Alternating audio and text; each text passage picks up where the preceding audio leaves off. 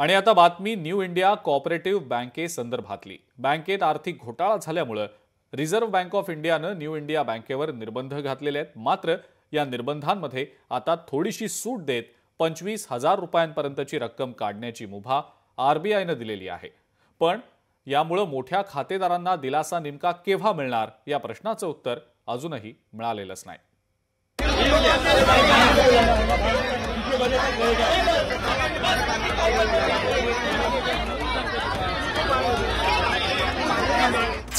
खातेदारांना थोडी खुशी ज्यादा गम।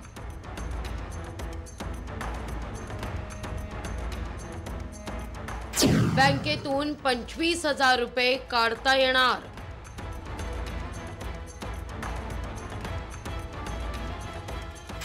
मोठ्या ठेवीदारांमध्ये मात्र चिंतेचं वातावरण।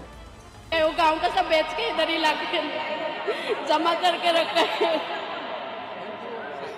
मेरे हस्बैंड भी इतना मेहनत करके वो पैसा इधर, मैं उनको चिल्ला रही थी कि यहाँ पे मत भरो, लेकिन वो जबरदस्ती यहाँ पे घर के पास है करके भर लिए।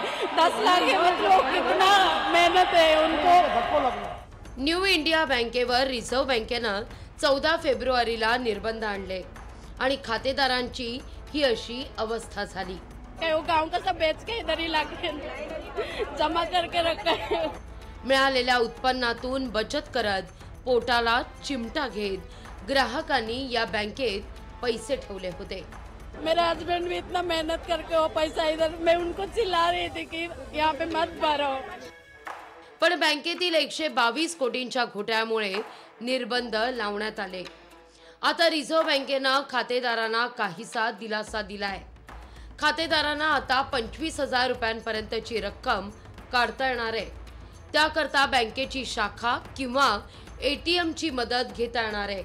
मात्र ऑनलाईन आर्थिक व्यवहार करता येणार नाही।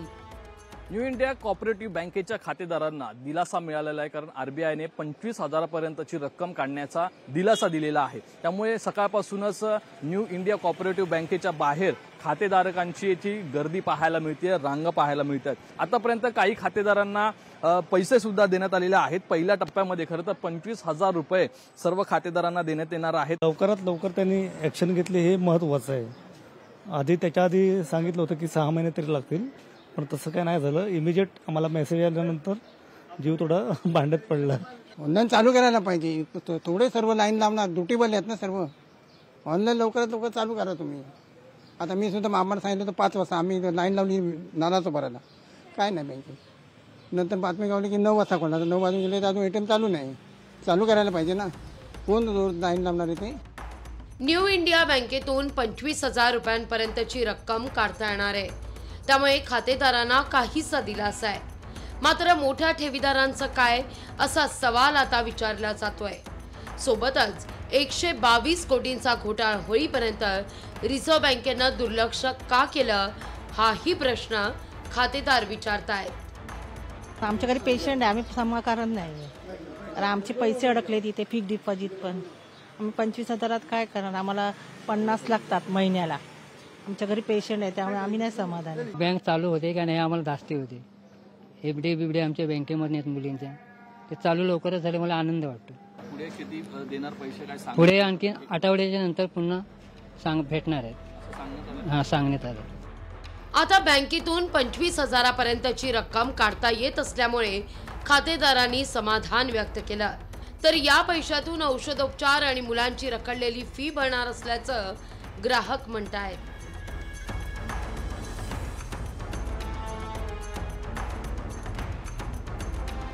एकूण सगळी परिस्थिती पाहता न्यू इंडिया बँकेच्या छोट्या खातेदारांना दिलासा देणारी रिझर्व्ह बँक मोठ्या खातेदारांना कधी दिलासा देणार आणि बँकेचे व्यवहार ऑनलाईन सुरू करण्यास परवानगी कधी मिळणार याकडे खातेदारांच्या नजरा आहेत। स्वप्नील जाधव, लोकशाही मराठी, मुंबई।